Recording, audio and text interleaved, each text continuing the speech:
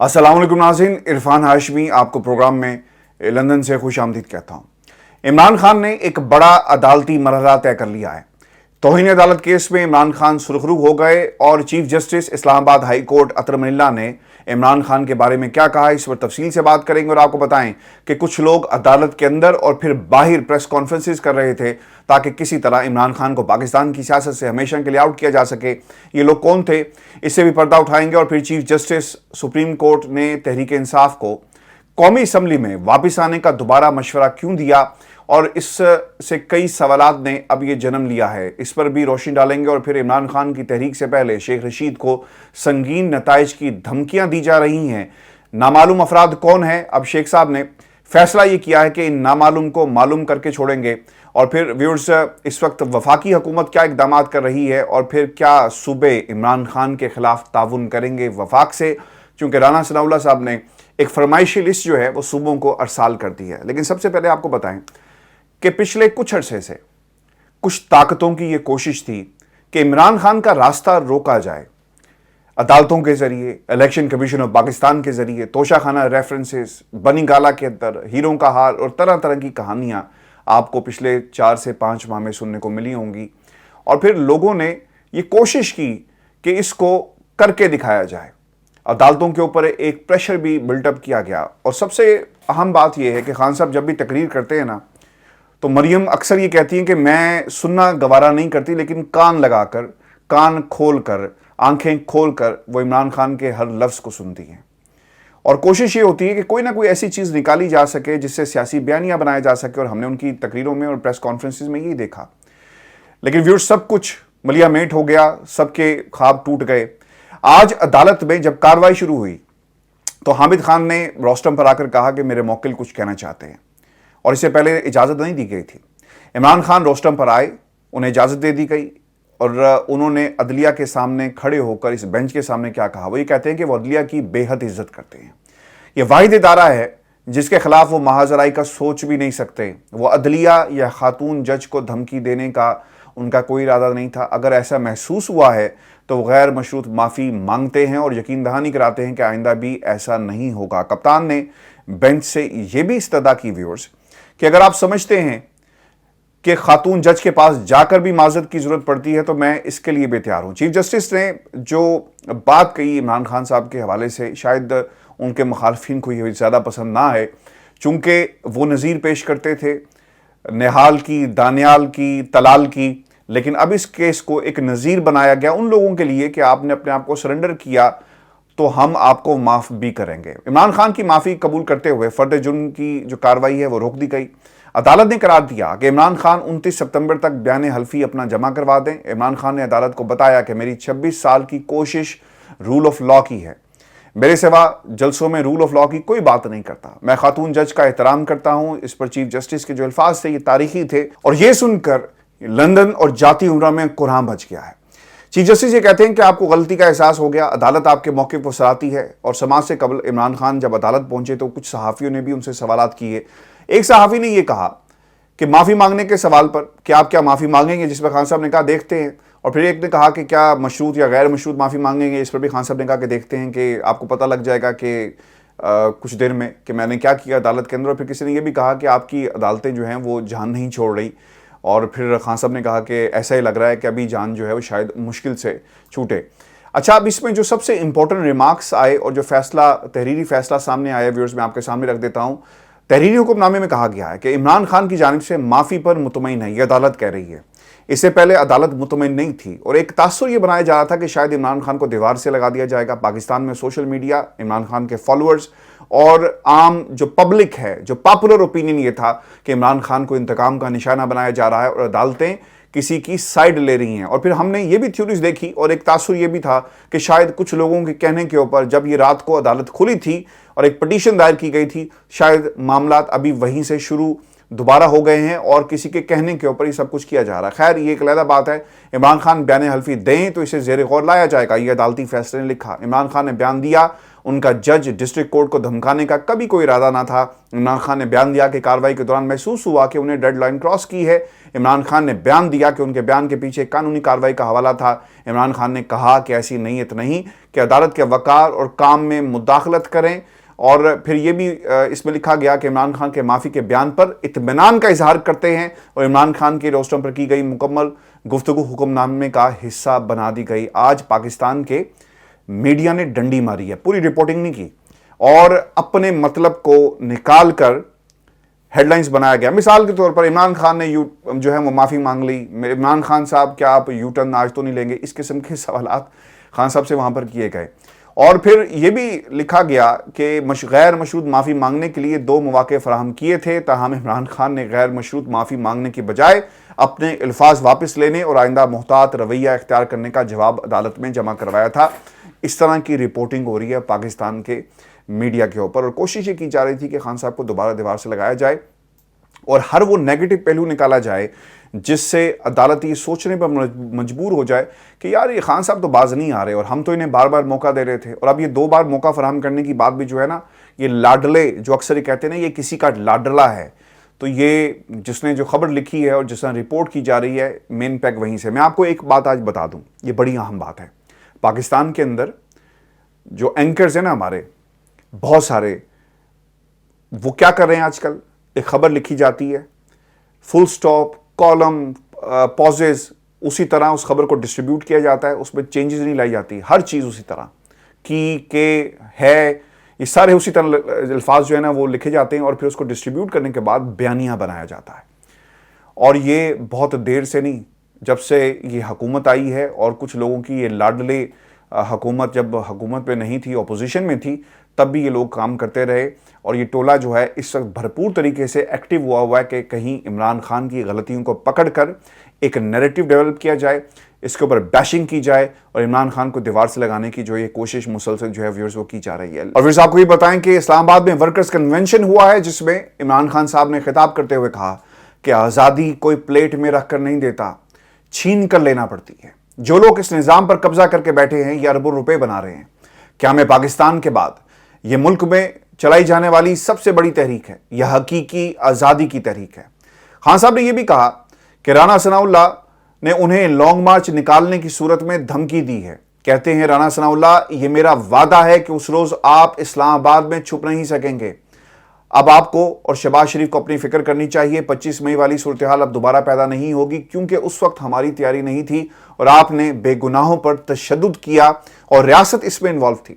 Viewers آپ کو بتاتے چلیں کہ اس وقت رانا ثناء اللہ ایک بھرپور قسم کی تیاری کر رہے ہیں، اور وہ یہ نہیں جانتے کہ یہ 25 مئی والی صورتحال نہیں ہوگی، لاکھوں کی تعداد میں لوگ ہر شہر سے نکلیں گے۔ اور پھر یہ بھی یاد رکھیں کہ پنجاب میں اب حمزہ شہباز شریف صاحب نہیں بیٹھے ہوئے جو سہارا دیں گے۔ آپ نے کوشش تو کی کہ کس طرح پولیس کو اپنے کنٹرول میں کیا جا سکے، لیکن وہ سازش بھی جو ہے وہ ناکام ہو گئی۔ اب سب سے انٹرسٹنگ بات یہ ہے کہ رحیم یار خان میں خان صاحب جلسے سے خطاب کریں گے، اور اس دن تاریخ دے دی جائے گی کہ کس تاریخ کو باقاعدہ اس لانگ مارچ کا آغاز ہوگا۔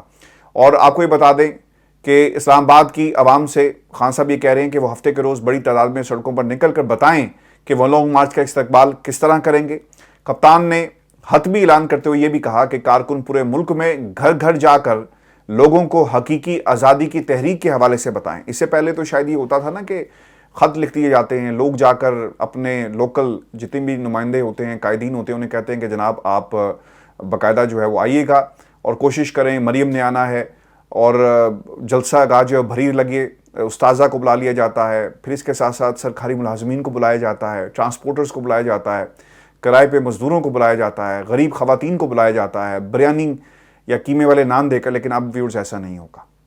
خان صاحب کی تحریک کو روکنے کے لیے دھمکیاں بھی جو ہیں وہ دی جا رہی ہیں، اور رانا ثناء اللہ جیسا خان صاحب نے بھی کہا وہ اس میں پیش ہیں، اور یہ تیسرا روز ہے مسلسل دھمکیوں کا، یعنی یہ دھمکیاں رک نہیں رہی۔ آج میڈیا سے ایک انٹریکشن ہوئی ہے رانا ثناء اللہ کی، اور انہوں نے کیا کہا؟ وہ یہ کہتے ہیں کہ عمران خان جیسے شخص سے بات کرنا ممکن نہیں ہے، اب صرف اس کا ایک ہی علاج ہے کہ ہم ان کا راستہ روکیں گے، جو ریڈ زون ہے کسی کو جانے کی اجازت نہیں ہوگی، اسے مسلسل جو ہے اس کی نگرانی کی جا رہی ہے، اور اسے مکمل طور پر सील कर दिया गया है।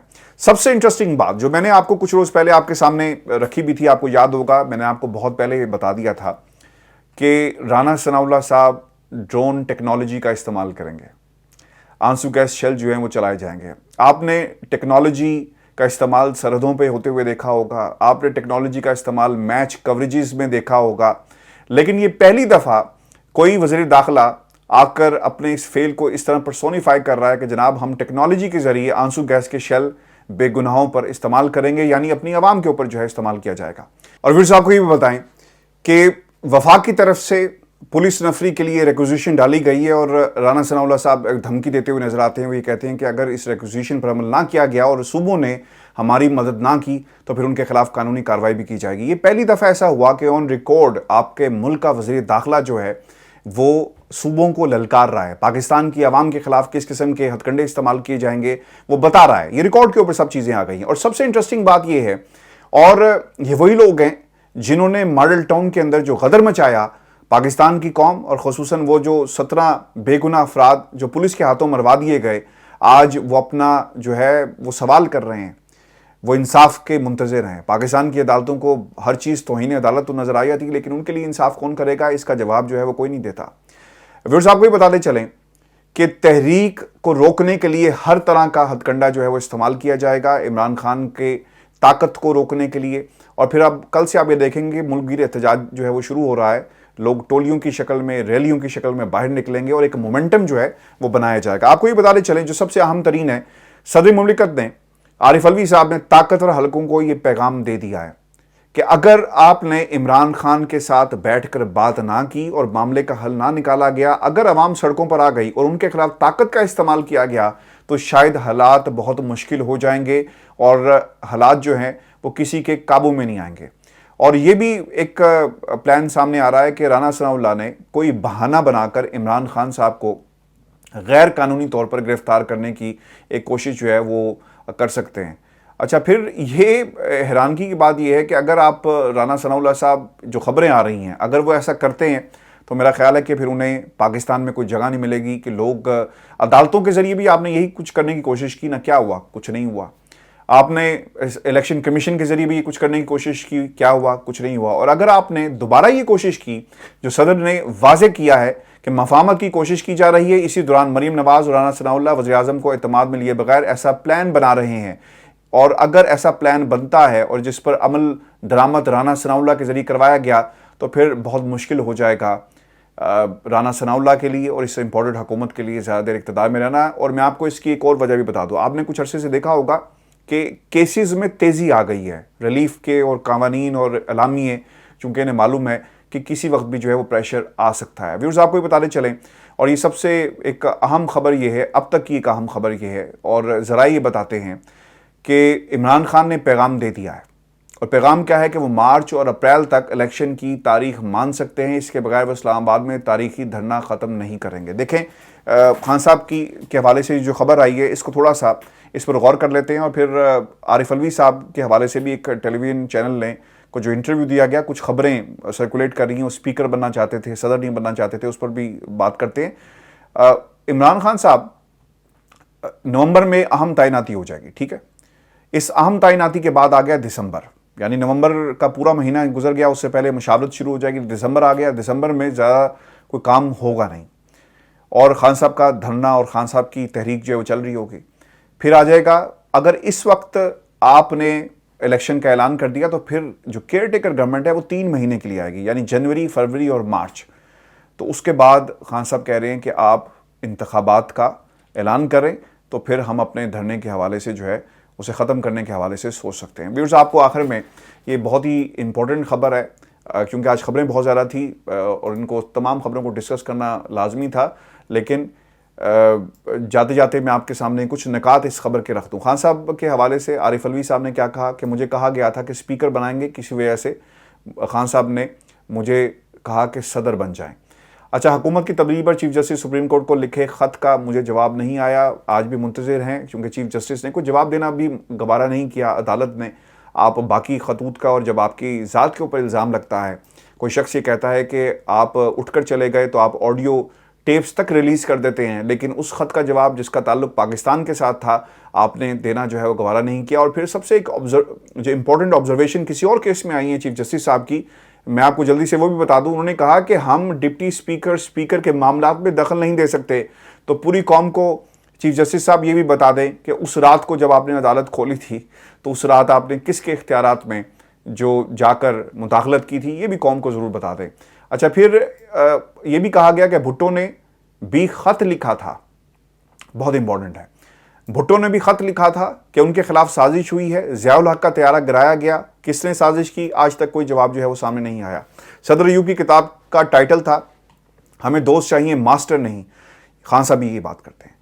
بھٹو نے بھی کتاب لکھی کہ ہمیں حقیقی طور پر آزاد نہیں، بھٹو نے بھی خط لکھا تھا کہ ان کے خلاف سازش ہوئی، ضیاء الحق کا طیارہ گرایا گیا، کسی نے سازش کی، ضیاء الحق کا طیارہ گرنے کی تحقیقات کا بھی کچھ آج تک پتہ نہیں لگ سکا، بے نظیر کو قتل کر دیا گیا، وہ تحقیقات کہاں تک پہنچی۔ آپ نے دنیا میں ہی کہیں نہیں دیکھا ہوگا کہ بڑے بڑے ٹینکرز پہنچ جاتے ہیں اور سارے کا سارا جو ثبوت تھے ان کو مٹانا شروع کر دیا، کس کے کہنے پر سب کچھ ہوا آج تک کسی کو کوئی معلوم نہیں ہے۔ ایران کے وزیر اعظم مصدق کی حکومت کو گرایا گیا، امریکہ پیپرز منظر پر آنے سے پتہ چلا کہ مصدق کی حکومت گرانے کے لیے $2 لاکھ دیے گئے تھے۔ پھر جو عارف علوی صاحب نے یہ بھی کہا کہ شیڈول پر ہوں یا خواہش پر انتخابات میں چند ماہ کا فرق رہ گیا ہے۔ ویورز یاد رکھیے گا، یہ بات میں آپ کو پوری ذمہ داری سے بتا رہا ہوں، اور اب تک جو ہم نے پاکستان میں پچھلے 1 سال میں جو حکومت کے عمران خان کی جانے اور دوسری حکومت آنے کے درمیان جو ایک ٹرانزیشن دیکھی، عمران خان جب بھی اس ملک کے اندر الیکشن ہوئے نا، چاہے 50 سال بعد بھی آپ کروا لیں، عمران خان کو اس ملک کے اندر 2/3 اکثریت لینے سے کوئی نہیں روک سکتا، یہ طے ہو گیا ہے۔ اور اب آپ کوشش کر کے عمران خان کا راستہ روکیں، آپ نومبر میں کروائیں انتخابات، آپ جنوری میں کروائیں، آپ اکتوبر میں کروائیں، تب بھی عمران خان کا پلڑا جو ہے وہ بھاری رہے گا۔ اور یاد رکھیے گا، اگر عمران خان کو تاریخ نہ ملی تو یقیناً کوئی نہ کوئی ایک ٹیبل کے اوپر بات چیت ضرور ہوگی جس کے تحت ایک آنے والے کل کا جو ہے وہ راستہ نکالا جائے گا۔ ویورز آپ کو بھی بتاتے چلیں کہ بہت سے ملکوں نے جیب میں ہاتھ ڈال کر تیل بحران کو حل کیا، ہماری جیب ہی نہیں تھی۔ عمران نے بھی کہا کہ الیکشن کی تاریخ ان چیزوں پر بات کرنے کو تیار ہیں، عمران خان جلسہ جلوس کر کے عوام کو آگاہ رکھنا چاہتے ہیں تو کرتے رہیں، یعنی ایک ان کے ساتھ ان کی ہاں میں ہاں ملائی گئی ہے۔ پاکستان میں شفاف انتخابات کے لیے ووٹنگ مشین کا بہت اہم کردار ہے جو ختم کر دیا گیا امپورٹڈ حکومت کی طرف سے اور ان لوگوں کی طرف سے جو یہ نہیں چاہتے تھے کہ الیکشن پاکستان کی عوام کے ہاتھ میں جائے۔ وہ الیکشن کو ریگ اپ کرنا ہے، وہ چاہتے ہیں کہ اس کو اپنے ہمیشہ ہاتھ میں رکھا جائے، جب چاہیں نتیجہ بدل دیں، کیونکہ جب پاکستان کی عوام فیصلے کرے گی نا تو پھر وہ پاپولر فیصلے ہوں گے، وہ بند کمروں کے فیصلے نہیں ہوں گے۔ نواز شریف کے واپس آنے میں اب کوئی رکاوٹ نہیں ہے، یہ انہوں نے کہا۔ نواز شریف صاحب آئیں نہ آئیں، میں ہی سمجھتا ہوں کہ نواز شریف اب ماضی بعید کا قصہ ہو گئے۔ اب ایک ٹرافی چاہیے نون لیگ کو میوزیم میں رکھنے کے لیے جو نواز شریف کی شکل میں موجود ہے، جسے دکھا دکھا کر اپنی پرانی کارکردگی کو دکھا دکھا کر جو ہے نہیں، کہا جائے گا کہ جناب آپ کا مسیحا، آپ کا دکھ درد رکھنے والا اپنا علاج کروا کر پاکستان میں واپس آ گیا۔ ویورز آج کا ہمارا شو تھا، آپ نے کمنٹس بھیجیے گا، چینل کو ضرور سبسکرائب کریں، اجازت دیجیے، اللہ نے کے بعد۔